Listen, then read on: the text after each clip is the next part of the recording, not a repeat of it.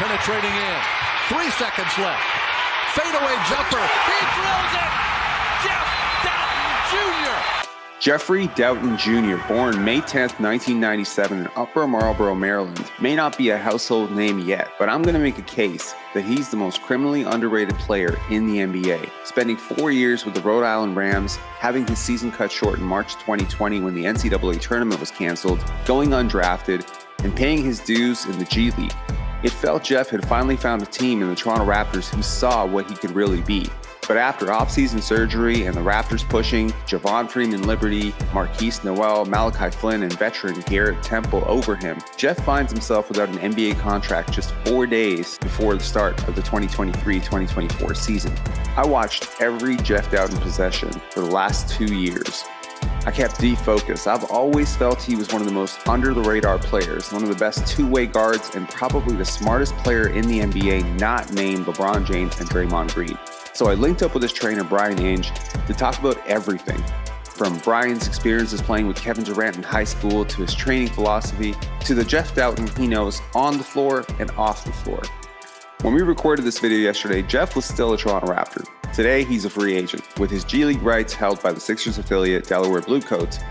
Offers from teams all over the world are sure to come in. No one is debating whether or not Jeff is an NBA player. He's proven this time and time again.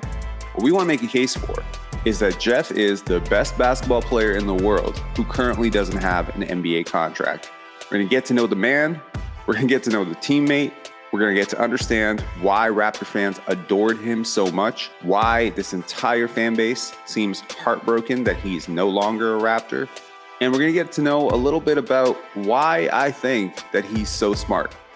And so who scored the points for Rhode Island on that 8-1 run? All right. First, Surreal started off the game with a 3. I know that. Yes. He hit that 3. I think Fats hit a 3-2 coming off the ball screen. 2 for 2? 2 for 2. Yeah, one more. Maybe me with a layup. I'm 3 for 3. Sure. Okay. 3 Okay. for 3 with the layup. All right, that's awesome. This is probably the toughest one. You ready? All right, so in your first career NCAA tournament game versus Creighton, who scored the basket on your first assist of the game? Trick question. I had no assist that game. Got it right. Unbelievable. Jeff Dowtin. First of all, defensively, right? And we've used him, once or twice early in the year in some clutch defensive end-of-game things, and he came through. Well, I just think that he's always been, kind of a battler, right? Like he gets in to compete, and that's what I don't get, bro. Jeff is a baller, bro. Jeff can hoop, bro. But it's because of the media side of this that we've let creep into the potential thing they want to grow. Oh, we can make him a project. I talked to Jeff last week about this, and he was preaching about, being humble and opportunity is the reason why maybe things haven't gone the way he wanted to. The front office is trying to figure out how to present this to the media so when it go bad, they don't look bad. Yeah. That's what it's about. We waste 3, 4, 5, 6 years on people all the time. If you're new around here, please hit subscribe, like this video. It definitely does help the algorithm. Let's get to that interview. Thanks a lot for reaching out. This is Jeff Dowtin Jr.'s trainer, Brian Inge. How are you doing today? I am doing well, my friend. Thank you. How are you doing? I'm good. I'm feeling hopeful about the Toronto Raptors, but one of my favorite players is currently sitting without a guaranteed contract. Yep. And I think I speak for a lot of Raptor fans when I say we're a little bit confused about it, because last year, this is a player that we're like, man, this is the ray of hope. You have some incredible praise for him. You called him the smartest player that you've ever been around. So let's start in the beginning. So I met Jeffrey Dowtin Jr. Probably when he was 14 years old at a basketball camp. At that time, I just saw a little scrawny kid who just knew how to play the game the right way, wasn't trying to do anything he couldn't do. I felt like he needed to get a lot better, but with all of the guys around him that were really, really good, he played with a team takeover team that was really, really good, one of the better teams in the country as far as grassroots basketball. And he didn't wow you with flash or anything like that, but he had a great command over his teammates, over the flow of the game and things like that. And so we crossed paths again when he was 16. He decided to switch teams to come over to the DC Bluedevils. And at the time, he just wanted a fresh start. So I knew who he was. I'm not sure at the time he remembered who I was. At the time, we had Markelle Fultz, who was who ended up being the #1 draft pick in the NBA draft. And at the time, Markelle was underrated, similar to how Jeff was. So we had this backcourt with two guys that no one was really high on, and then we kind of started beating everybody. And then from there, that summer, Jeff, I think he got like 25 or 30 offers. And this is before Markelle had even had 2 or 3. So, at that time, Jeffrey was, the big fish. Everyone knew Markelle was going to be, a great player. No one just kind of could figure out what he was at that point. Jeff, he clicked because he was a very humble kid, played the right way. He just had a knack for making winning plays. I remember at one point we went to a tournament at the end of the summer, and we weren't sponsored at the time. We got a sponsorship that next year. We were playing one of the better teams in Philadelphia with a team final, and I think that team had 2 or 3 different NBA players. And Jeffrey just totally dominated. I mean, just totally dominated. And at the end of the game, he just hit the winning shot. And a number of coaches were like, "I need Big Game Dowtin. I don't know what I have to do. Who's recruiting him? I need him." And and that's kind of who Jeff tends to be, right? So we from there we kind of stuck together and worked. I offered him the opportunity to come work out with me and train. I would make him run 3.5, 4 miles before even hitting the court, just to see how mentally tough he was. And he never broke. He never backed down from a challenge. I had him working out with professional players since he was started working with me at 16, and he's been doing so ever since. So, but Jeffrey, he went from there, and then he was WCAC first team in high school. Went on to Rhode Island to start as a freshman. Had a great game in the NCAA tournament as a freshman. His career at Rhode Island was very storied and things like that. And then he made it. He didn't get drafted, and then he kept working under the radar as Jeff Dowtin is. And then he got several opportunities. Kind of kept outplaying people, kept getting other opportunities, kept outplaying people. When I look at his Wikipedia page and I see how many times I see the word waived, it baffles my mind. Actually, it's funny that you mentioned Markelle Fultz. Honestly, one of my favorite players in the NBA. I've always felt like it's who you are when you get knocked down. That's who you actually are. So let's talk about your training philosophy and let's talk about what you do. Before I even jump into a workout, I'll kind of look at who they are, what they do, what they're good at, or I'll assess for my own eyes. I'll talk to their coaches. I'll go watch them. I'll talk to their parents. Really try to get a 360 view of who they are, because basketball and anything in life is not just what you see. It's kind of like the surrounding factors. You're a product of your environment, as they say. So what I do is kind of take that template, and then we'll get in the gym. We'll tackle some of the basics, the fundamentals. We won't move too fast, and then from there I kind of nitpick and add little things, see if you can add it, see if it fits into your game, things like that. I've had the pleasure of working with several NBA players, college players, and grassroots players all the time. So I think my methodology is kind of just to learn who you are as a person, learn your environment, and to try to just be a positive influence on you. I mean, basketball is basketball, right? If you can dribble it, you can pass it, you can shoot it, you can defend it, but it's the things in the mind. How fast can you pick up things? How can you learn to read a game? We are out with my clients. I tend to watch a lot of film with them. I tend to break down film for them, and I'll ask them what they think about certain things before I even give my response. So it's like an interactive type of thing. Try to get their brains thinking, brains moving, things like that. So and these are things that I learned from a young age. I actually had the opportunity to play with Kevin Durant in high school. So he was one of my teammates, Kevin Durant, and the lethal shooter Chris Matthews. So we all played on the same high school team, and just from an early age, seeing how Kevin worked, seeing how Chris worked, that kind of left an impact on me, which kind of drove me to be where I am today as I call myself a basketball professional. Right around the KD draft time, I created a little video called The Number 23. And I know that he saw it at one point, but it was basically like he was my favorite player. Kevin Durant was my favorite. Like he was my favorite high school player, college player, probably of all time. And he's just another person with such a huge heart, right? Like Huge, such man, a huge. so much empathy, and like how he treats people when the cameras are off is like profound for a player that huge. What's one thing that if I sent a kid to you tomorrow, give me the worst case, best case of the biggest red flag or the biggest green flag that you could possibly see in that player? The worst case is a few things. The worst case would be they show up late. They're lethargic, meaning they're lazy. They don't want to work, and they quit. normally with me, my first workouts are probably one of the toughest that you'll have with me, just because I'm going to throw a lot of different things, a lot of different game type situations, a lot of different drills, just to see where you stand up, and then from there, I'll give you my assessment, and then we'll break down and we'll build you back up. So if you can't get through that, it's like, okay, do you really want it? Because I don't have to work with anybody. I choose not to. I You don't have to be a great player for me to train you. You just have to want to get better.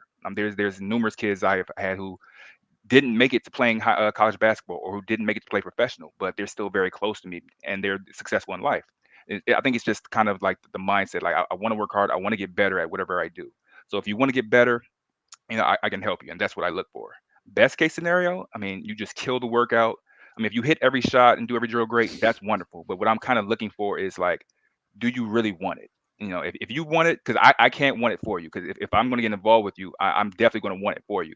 But you have to want it more for yourself, and that's kind of what I got from Jeff. Like, he always seemed to want it more than I wanted it for him. There's been several times, and I've had several clients where I'll have to text them to work out, or if they text me like, "B, can we work out at XYZ time?"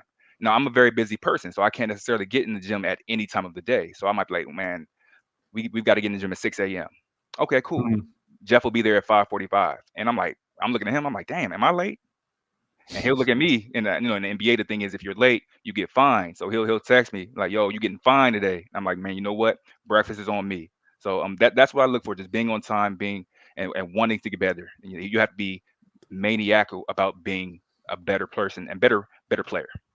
The hallmarks of success are so consistent across so many industries. I mean, the Yep. way you're talking is exactly what Warren Buffett would say, is exactly the same thing Steve Jobs would say. It's so consistent across. I don't know if you've heard the story about Scottie at draft night. Have you heard it? I have not, but before I let you go in, one of my good friends, Alicia Smith, is part of his management team. So I haven't met Scotty personally, but I know two people around Scotty. That's cool. And I mean, I know Brian and I know Jason and those guys. So it's like, it's really cool to hear. I've always felt like Scottie and Jeff were really similar to me. Same reasons I appreciate one is the same reason I appreciate the other. There's so many parallels. It's ridiculous. They could be twins if one was a lot smaller and, benches a lot less. And it's not surprising to me that they're close. I was going right? to say that. Yeah, they're very similar in personalities. There's the culmination of all this hard work that he put from AAU to, I mean, this guy worked so freaking hard to get from the point where he was in grade 7 to where he is to be the number 4 overall pick. And there's such a moment to settle and embrace that moment and to soak it all up and to party it up. And I think it was like 2 a.m. or 3 a.m. So, he got drafted around like 8:30. He went early. And I think it was like 2, 3 a.m. Brian gets a text. "I see you in the gym tomorrow at 6 or 7 o'clock in the morning." And it's like, that's when he's going to be successful. There's certain people that, there's a lot of media training when it comes to the NBA. Everyone tells you what you want to hear. Everyone says, "I want to be great. I want to work hard." Right. But it's like, very few people are willing to put that much work to be great. I've always felt like Jeff was so hardworking. It's body language. Body language has been a talking point of the team last year. Body language is terrible. One player whose body language is never terrible, Jeff Dowtin Jr. It didn't matter what was happening. He was professional as hell. I never saw him sulk. I saw him get DMPCDs after playing error-free basketball the day before. Never saw him sulk. I saw him literally get passed up by the guy who's not supposed to be ahead of him in the rotation, in my opinion, and he's giving him daps. Yep. He's a team guy. He's a team guy. Where does this come from? Because I mean, I think I'm very selfless, but even I am in awe of this guy's selflessness. So I mean, we'll talk about that, but I want to talk first about Maryland hoops, because there's a lot of really good players that have come out of this state. From Robert Horry, talking Kevin Durant, Victor Oladipo. A lot of consistency there, though. And Jeff is cut from the same cloth. So talk to me about growing up in Maryland. I've been to Maryland. I didn't grow up there. So talk to me about, what it's like, what the hoop scene is like. You've said some good things about it before. So yeah, so I mean, the DMV, they call it DC, Maryland, and Virginia. It's really like a small area, probably like maybe a 50-mile radius, and then 30 miles north of us is Baltimore. So very recently, we've become close friends with our Baltimore cousins. There isn't much beef anymore, but between that little radius, you got so much talent. I mean, growing up in the DMV, it's very normal to see a professional athlete walking down the street, and you don't get that in many areas. It's also very normal to see a Fortune 500 or a company or a CEO or something like that down the street. So you've got great hoops, you've got great talent, you've got a plethora of money. I will say that the people here tend to do well for themselves, but you also get a culture of people who are used to working. And I think if you put that the people you wanting to work along with the resources, you get this product. So when I grew up, like I said, I went to high school with Kevin Durant, Chris Matthews, and some other guys. Chris Cole, who's an assistant coach at Bryant University, Jesse Sapp, who played at Georgetown, who's doing things in the music industry now. I played with a ton of great players. Even before then, I went to Bishop McNamara High School, where I started my first 2 years, and I played with Tywan Lawson, who ended up going to North Carolina, ended up playing with the Denver Nuggets, who's still a good friend of mine. So like you just it's just all around. You have no choice but to want it. If you say you want to play basketball, you just don't do it to have fun. Yeah, you can do it because you enjoy it, but you do it because you want to be great at it. Because the person you might look up to your left or to your right, they might be really really good at it, and we're very competitive. And like it's literally in the water. It's a documentary came out called In the Water that Kevin was one of the executive producers on, and it's just like we're just bred to be competitive, to want to be better, to work. And I think that's what makes our baseline or our floor for our players so high. Our guys they will be very skilled. They will know how to play the right way. We've got great coaches. We've got every year in high school, we'll probably have 3 or 4 teams in the top 25 in the national rankings, and another 4 or 5 who are good enough to be in those rankings. So we've got great coaching, great skill development, a lot of great parents, and a lot of resources. So when you put all of those factors together, you just get an area where you'll have a guy like Jeff Dowtin who kind of slips through the cracks, but then you look at his past resume, you're like, oh wow, he was really really good. It kind of makes sense that he's here now. Maybe we should give him another chance, because something about his background and his pedigree lines up with what we want to be successful, and can help us be a winning organization. And it's not Jeff, it's a lot of our guys. And I'll close by saying, not saying we're always going to have a Kevin Durant or a Michael Beasley or a Victor Oladipo, but our guys will never be just sorry. They're going to work. We're going to be skilled at the very very very minimum. That's interesting. I mean, I've always felt like, I grew up in New York, and people can sense that over here. I'm in Toronto now, right? So I've been here for more than half my life now, and people still don't feel like I'm from here at all, because I move different, I talk different, I think different. I always felt like the people you grew up around, like early on, where you learn to take your first steps, dictates how you walk through life. Absolutely. And it doesn't matter how long you leave the place, that place doesn't completely leave you. And that's such an interesting thing, because I can totally see the DMV in him, in how he plays. You talk clutch Dowtin, big game Dowtin. Damn, big game Kevin Durant, right? Yep. It's the same thing, right? Ice water in his veins. That's from where you're from, right? And also like the seriousness and the work ethic. Like I'm sure you've seen a Kevin Durant workout. Oh my goodness! And I have a story dripping for you. Sweat, like 10 minutes in. I have even so when Kevin was, so I knew Kevin's older brother Tony before I knew Kevin. So I remember going to a workout, and Kevin was just playing with us. So Kevin is 2 years younger than me. So I was 14. Kevin had to be 12. But I remember one time when we were at National Christian together, and so my senior season was over, Kevin's sophomore season was over, and I'm driving through his neighborhood, and I look up this big hill, and Kevin's just running hills. And I stopped the car. The hill. I remember that. That's real. He would do that, and they were pushing him, and I'm yelling at my car. I'm like, Kevin, what's up? And he's looking at me, dying, ready to pass out. And later that day, they had a spring basketball game. So I'm still in school. I can't play anymore, so I'm going to support my team. And I go to the game, and Kevin has 40 after running hills in like 85-degree weather. So like that's the type of stuff our guys do, but. Kevin's different. Kevin's different. Like our guys work hard, but Kevin was different. His mom and dad, Wanda Durant and Wayne Pratt, they did a great job with him. I mean, Kevin, it's in the water, but Kevin had a different type of water. It's in the blood. It's in the It's in the blood, blood and the water with him. I know. Yeah, as I said, my favorite high school player. So I knew about the hill all the way back then. It actually motivated me. You won't believe this, but Kevin Durant was one of my biggest motivations. Like, because we're around the same age. Like, I think he's 88. Yep, 88. I'm 87. So that was a big inspiration to me coming up. I went to youth camps and stuff, and you heard stories about his work ethic and stuff. So I researched it because that was something that I would do. I would try to find out who's the hardest worker. Like, I ask people, like, who's the hardest worker here? Yeah. And then I go and talk to them and be like, what do you do? You work 3 hours? Okay, I'm gonna work 3 hours, 15 minutes. That's just my mentality, is what I wanted to do. So I heard about the hill, saw the hill. It's crazy. Kevin would and when he was a freshman and sophomore, we would have study hall after school. So Kevin would leave school, go to tutoring, get a workout in, then come to practice, then probably work out again. At 14, 15 years old. He was different. He was different. Yeah, and I mean, it's so crazy. Like, like they say real see real, like attracts like, and all that stuff. It was just when I heard Kevin Durant talking about Scottie Barnes, I was like, he sees the same thing that's driving him.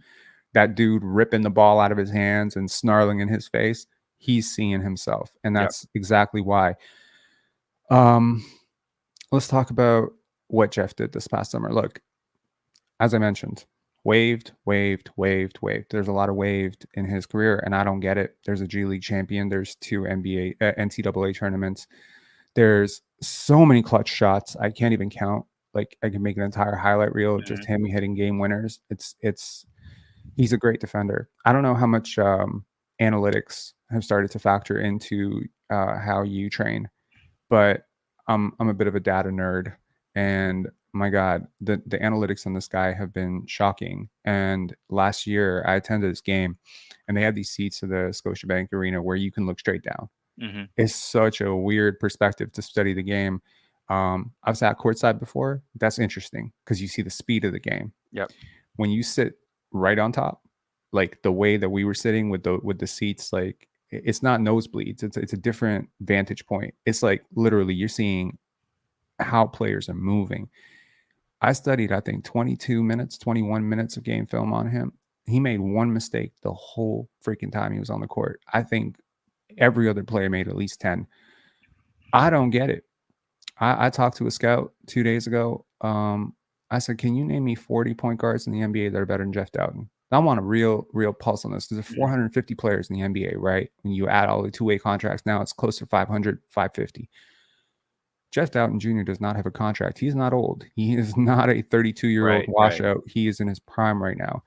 I'm struggling to understand why Jeff Dowtin does not have a 2, 3, 4-year contract. I'm on record saying I would start him. I'm not even joking. That's not cap. I would start him in a heartbeat because he fits so well. So I'm trying to understand, am I stupid? What am I missing? I don't know. I mean, like this summer, I mean, every summer is different. Like we talked offline, but every summer is different. This past summer, we kind of went back to, like, not the basics, but last summer we worked on just the basic stuff, getting ready for summer league, because we knew that was a big opportunity with Toronto, because Jeff knew going in that Toronto, they valued their G League team. So if you played well in their G League team on a two-way, they would give you a shot, and that's not necessarily the case on several NBA teams. Right. And we heard this from several people. So, but this summer, we knew, he had an opportunity to be the backup point guard, to solidify himself in the NBA. We knew he had done a wonderful job in the G League. We knew he did a wonderful job at the end of the season when given ample minutes to prove himself.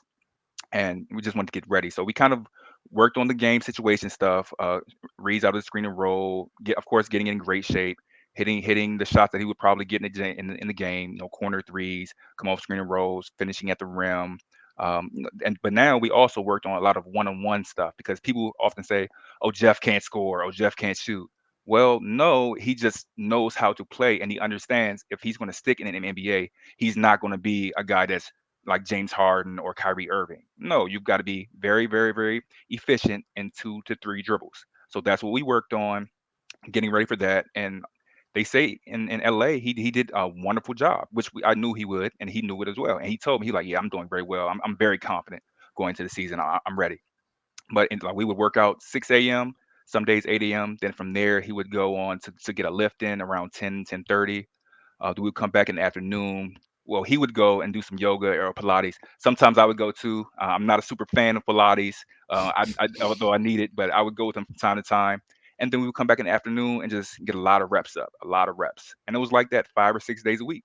Outside of that, he was in Toronto working out with his coaches, and then he would go out to LA, work out with some guys out there, and then he went on to Rico Hines, work out with the Raptors, and then they would play. So it was every day, 5 6 days a week. I would have to force him to take a Sunday off, and if by chance we took the Sunday off, we were watching film or doing Pilates, which again is not my favorite thing to do. So I mean, he was very very very locked in to being the best player he could be, and he knew this was going. Well, he thought this was going to be a great opportunity for him. He had a great end of the season last year. He had great seasons in the G League, playing with I think with Santa Cruz, Lakeland. Uh, he had a few stints with Milwaukee and the Golden State Warriors before latching on with Toronto. So he was ready, and Orlando as well. So he was ready. And everyone says, Jeff is a worker. He's a joy to be around and stuff like that. But we just wanted to really show, no, he can really score it. And if you give him the opportunity, if you tell him, Jeff, go get 30, that's not what I want to do, because I don't think that's the best way to play. But if I'll do it, and if you make me mad, I'll do it. I mean, you saw in that game the other night when he only got 8 minutes and he went 3 for 3, 2 for 2 from the free throw line, had 8 points, 8 minutes. That's because he was mad. That's because he felt like, okay, I have to prove that I can do something. And if you're only going to give me 8 minutes, I'm going to maximize those 8 minutes. I think he's the best point guard in the world without an NBA contract right now. I don't even think that's debatable. I don't think I know a person with half a brain cell that would debate that right now. And there's a part of me that feels, to some extent, again, I'm not saying anything about the Raptors, but I feel like had he been given a fair warning that this would be the situation, maybe there was an opportunity to prove it with somebody else. Because at the end of the day, you don't have a guaranteed contract. You're auditioning for 29 other teams, and you can't really audition with 8 minutes. I'm really hoping to give him some minutes tonight. But there's a very good chance that by the time we release this video, Jeff Dowtin is an ex-Raptor. And the entire push on the free Jeff Dowtin, have you seen this? I have. I've been following. Every single YouTube comment, like everywhere. I don't care if it's a video about somebody else. It's a video like Gary passing a Pascal. Top comment, free Jeff Dowtin. Free Jeff Dowtin. Free Jeff. After everything that the Raptors went through last year, all the, we're selfish, we're this, we're that, we're this. We're going to have a new culture. I'm struggling to understand what more this guy could have done, because he is literally the embodiment of everything you're asking these players to be. Let's talk about this thing that I think is very prevalent in all sports, and I think in life a lot too, and it colors a lot of people blind, which is anchoring bias. This anchoring bias of undrafted. Fred VanVleet, I was not the biggest fan of Fred VanVleet. It's very public, but he talked a lot of sense about what it meant to be undrafted, the stigma that goes into it, how much harder you have to work, the chip on your shoulder and all that stuff, right?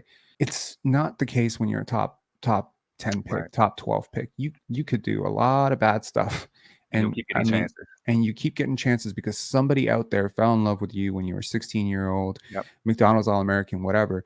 They saw something in you, and then there's this notion of like, okay, what if I can tap into this? What if I can tap into an Anthony Bennett? What if I can tap into this other guy who, a Sean May, someone who's consistently been out of shape? What if I can tap into this dude or that dude? What if I can tap into this guy who had a drug bust or whatever?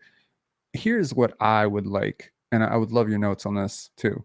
I would like us to rethink this entire equation and ask ourselves, if a guy was a top 10 pick and he was given every single opportunity to start and he didn't work, and another guy went undrafted and he is now equivalent to that guy, then what does this say about their trajectories, their work ethic, their mindset, and where these guys are going to be in 5 years? I wish that there was less of an anchoring bias, but this is life. What do you think that a team gets with a Jeff Dowtin? And I mean, look, honestly, we've talked about the type of player he is, and, he's clutch, he's team first. Does he need to be more selfish? I think I've told him in the past that you need to be more selfish. You need to look for your shot more. And this is before the NBA. Even when in college and things were happening, I'm like, Jeff, why didn't you just shoot it? Why didn't you just shoot? Why didn't you just take him? I mean, he was like, well, I had two people guarding me. one time in AAU, we were playing. I forget what team we were playing, and Markelle happened to be out. So I'm like, all right, Jeff, it's your show solely tonight. And he was still playing the right way and things like that. And I'm like, Jeff, why didn't you shoot it? He's like, nah, so and so was open. I'm like, beat him anyway. Like, no, but if I would have passed it to him, he would have drove, and then he would have kicked it here. Then the defense would have shifted, and we would have got our layup here. I'm like, Jeff, you're saying you're going to pass it to the kid that's not going to play in 2 more years, but it made sense. So Jeff is a kid who's, or not, he's not a kid anymore, but he's a guy who's going to play the right way. He values playing the right way. He values winning. And like I said, in high school, he played AAU with Markelle Fultz. And played second fiddle, not because he had to, but because like for the betterment of the team, we've got to let Markelle go. I'll fill in the gaps. I'll get mine. I'm still going to have a great stat line, but let Markelle be the guy. Same thing with his high school team. He played with a team that was I think it was number 1 or number 2 in the country.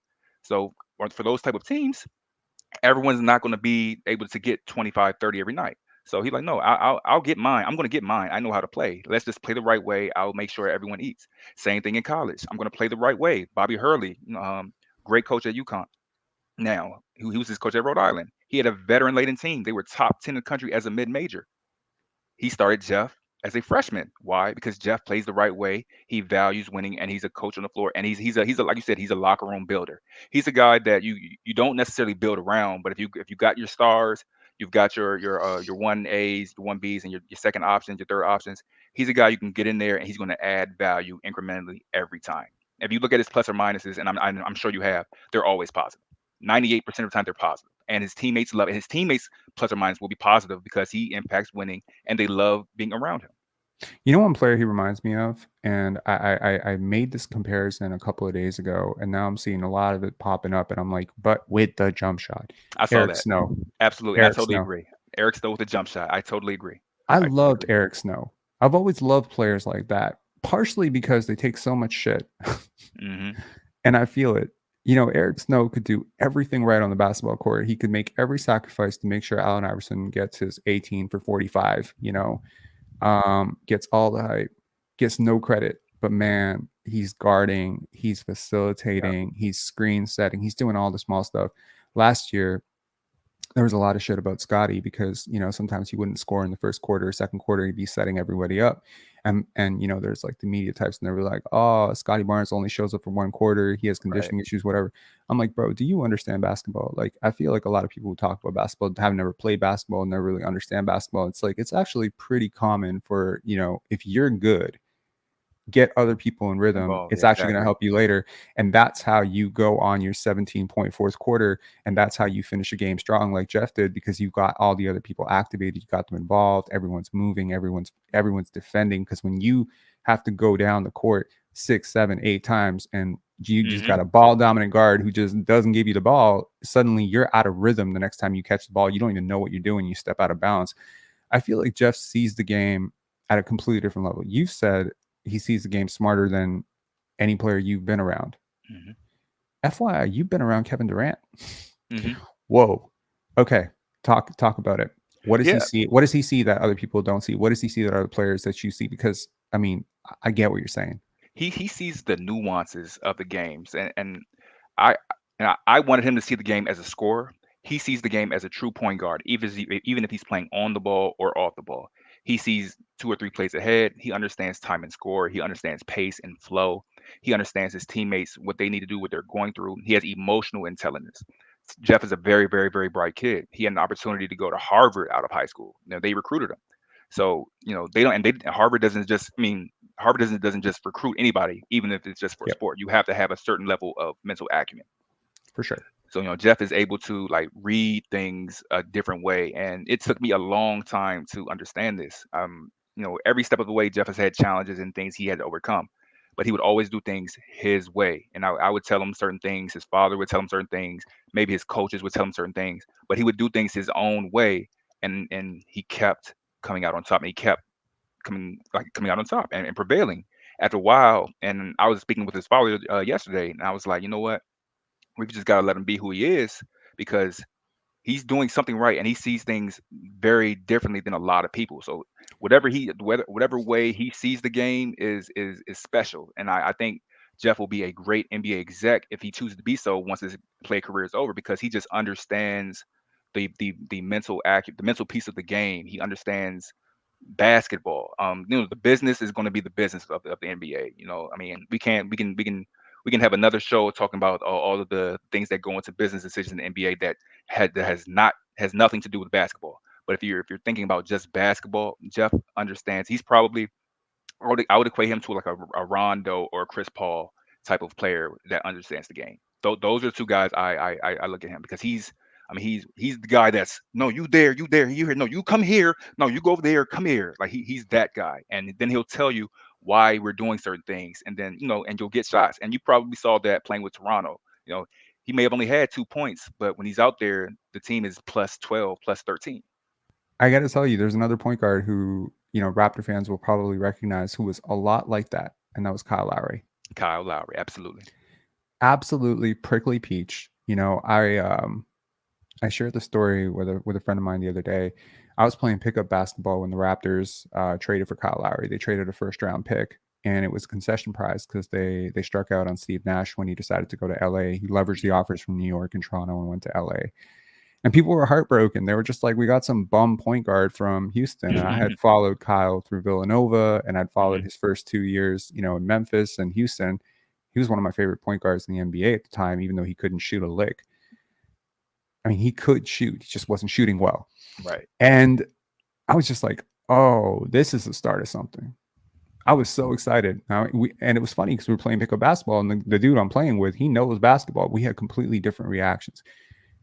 I think I empathize with players like this because I appreciate people who march to the beat of their own drums. So I appreciate you telling me, that Jeff's like that, because I can totally sense that in him. Mm-hmm.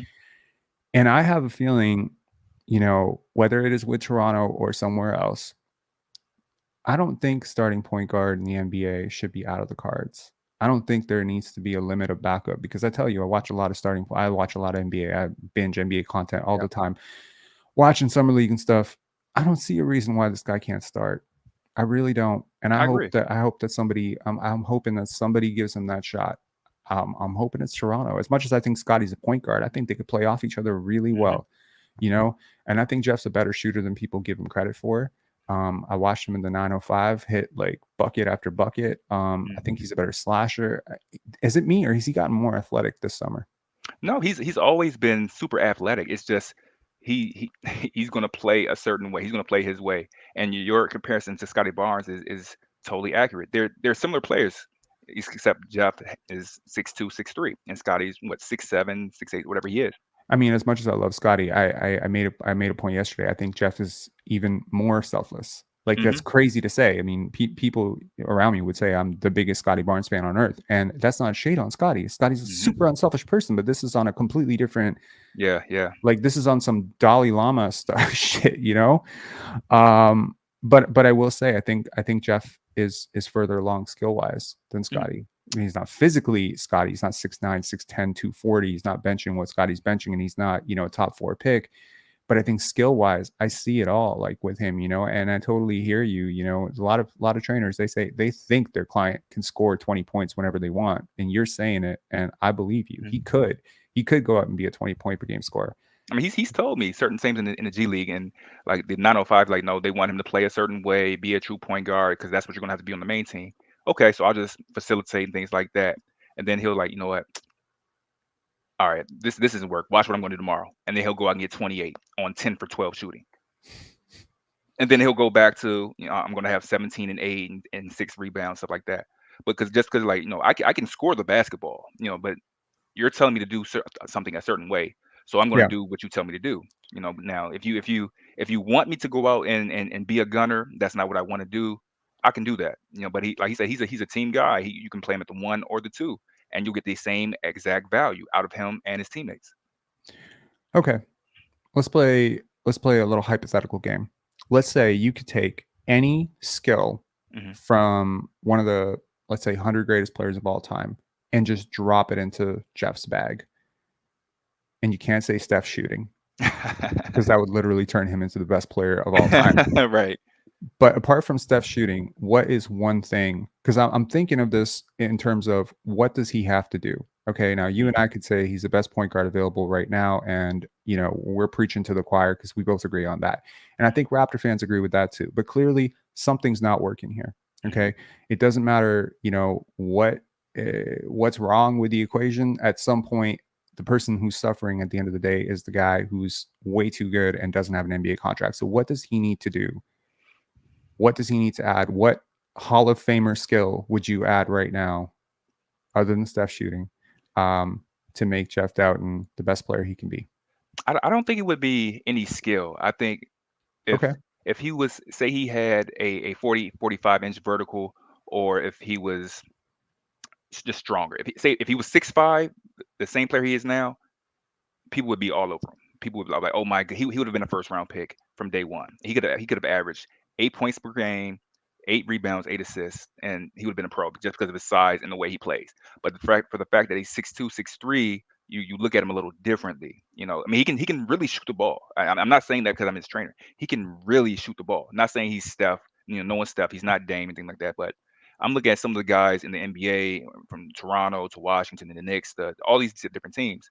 Jeff can really, really shoot the ball with range, and I think maybe one skill he could get better at would be shooting the three off the dribble going right. That was one thing we did work on this summer. But other than that, he has every skill. I mean, he can shoot it, he can pass it, he can rebound, he defends, he reads the passing lanes. There isn't much that Jeff can't do. Does he need to become a more vocal defender? Maybe so. I agree with you on that, and not even just on defense, just being more vocal overall. He talks well on the court. He interacts well with his teammates. He directs things.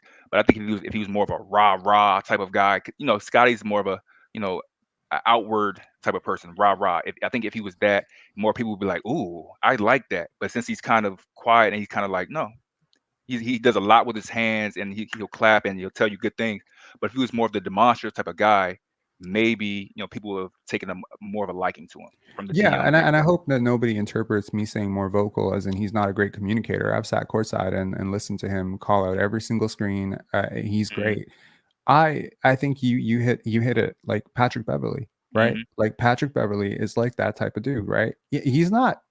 Okay, first of all, I don't want to throw shade on Patrick Beverley. He's an all right defender. He's not as good as he looks out there. It's not as impactful. But when he makes a big play, he's gonna let you know about it.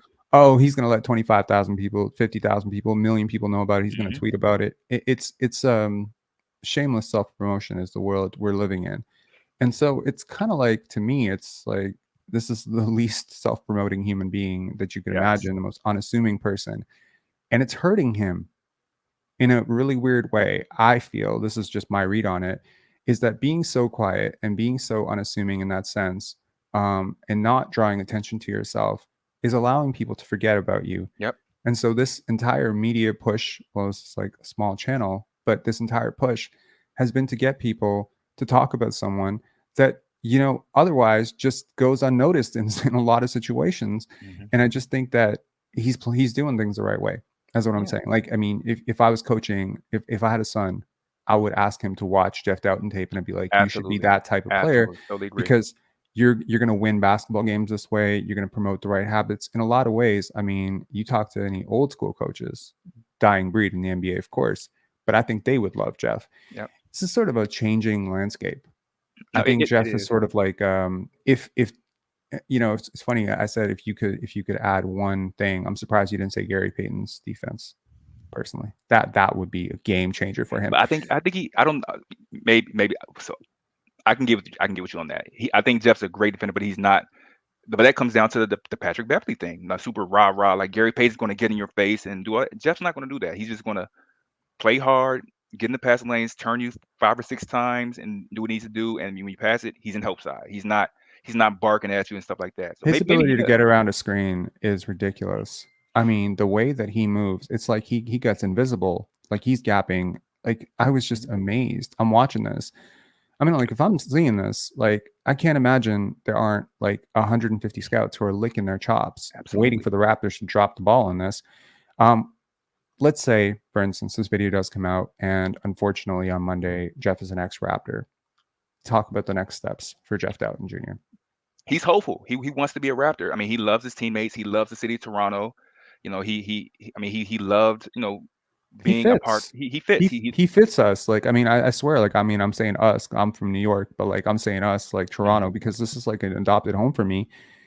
And it's like everything that this fan base values, you know, toughness, selflessness. I mean, you know, it's not easy to get a fan base to turn on a player after they win a championship, the way it happened last year with Fred, right? This fan base is very, you know, it's waking up. I mean, we 27 years ago, they were printing newspaper articles about basketball rules in the, you know, the Toronto Star and stuff, because people didn't know how to really follow the game. And now where have we come, right? Like, where have we come to the point where fans are picking up on the nuances of the game, like who's playing the right way and who's playing the wrong way. It's, you know, we're getting advanced. And he really fits, man. And I think, like, culturally and, you know, just the spirit of the team and stuff. So I'm really rooting for it too.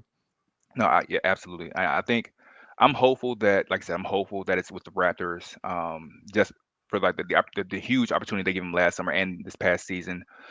But if it's not Toronto, I'm hopeful another team will give him a shot. I think we both are, you know, very confident that he'll get a shot somewhere. 100%.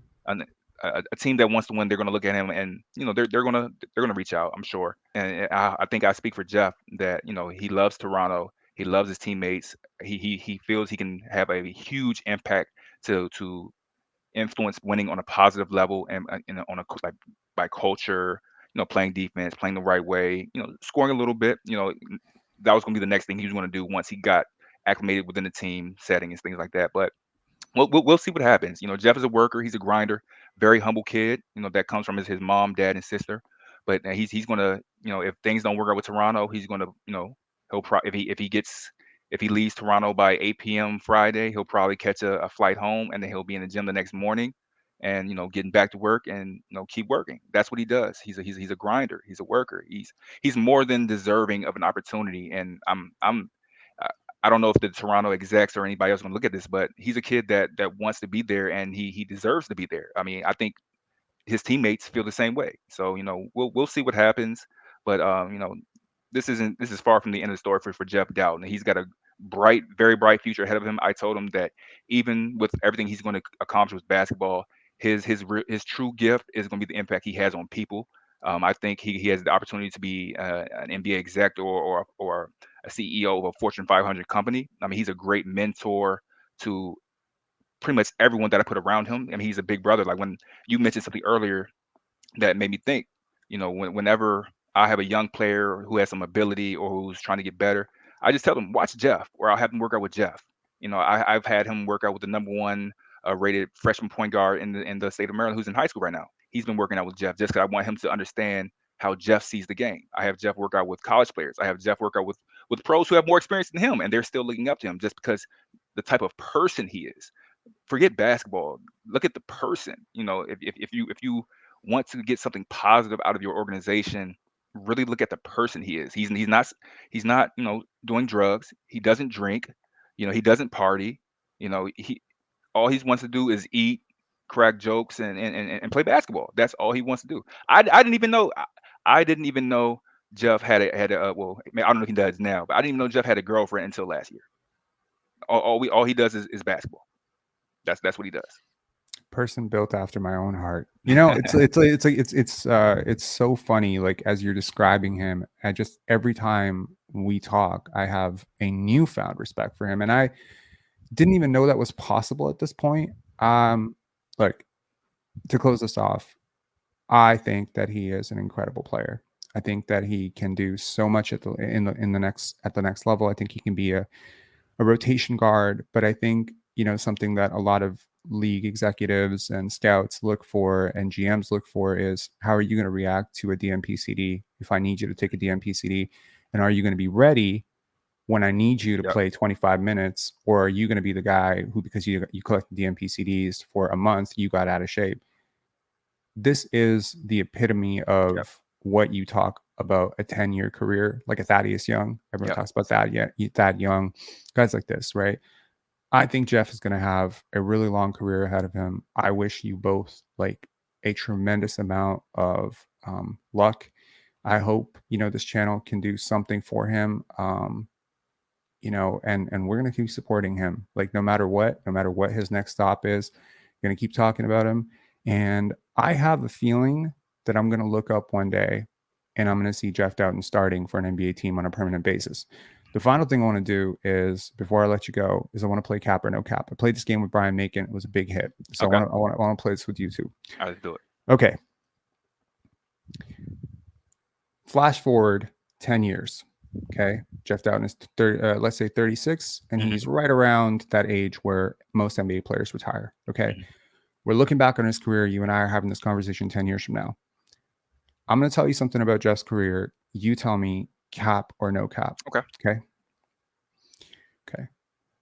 Jeff Dowtin had at least a 12-year NBA career.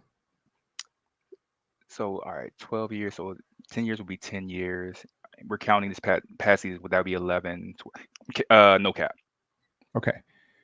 Jeff Dowtin started more games in the NBA than he didn't start in the NBA across those 12 years. Cap. But that's not because of his talent. That's because of the business side of basketball that influences basketball decisions. Man, you making me want to own a basketball team just so I can make him a starter and prove you wrong on that. Okay. All right.